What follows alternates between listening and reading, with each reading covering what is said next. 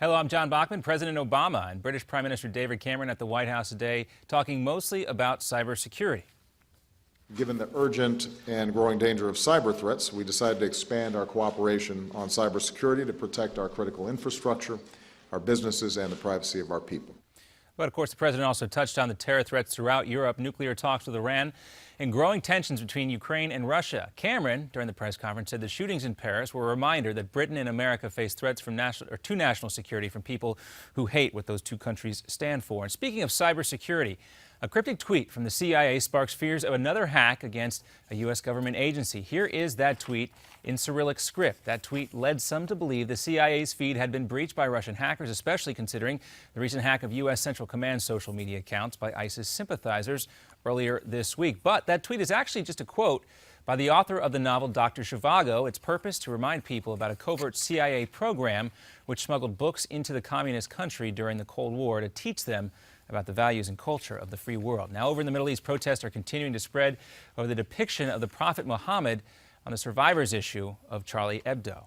In Pakistan, hundreds of protesters clashed with police outside the French consulate. Police used tear gas and water cannons. There are also reports that 4 people were shot. In Iran, crowds chant "Death to America" during Friday prayers. Leaders are calling the satirical magazine's cover blasphemous, and they are thanking God that Western countries are being targeted by jihadists. Meanwhile, Secretary of State John Kerry is in France today, showing his support after last week's terror attack in Paris.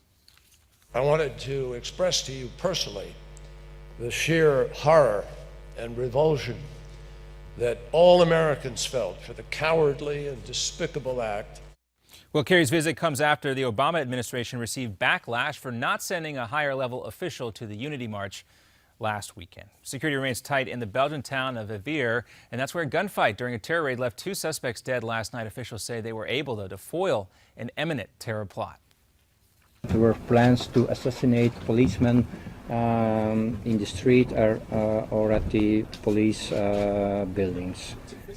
Well, Belgian police continue to question more than a dozen suspects who were taken into custody, and executions are back on in Oklahoma. Last night, the state resumed the death sentence for the first time since a botched execution late last year.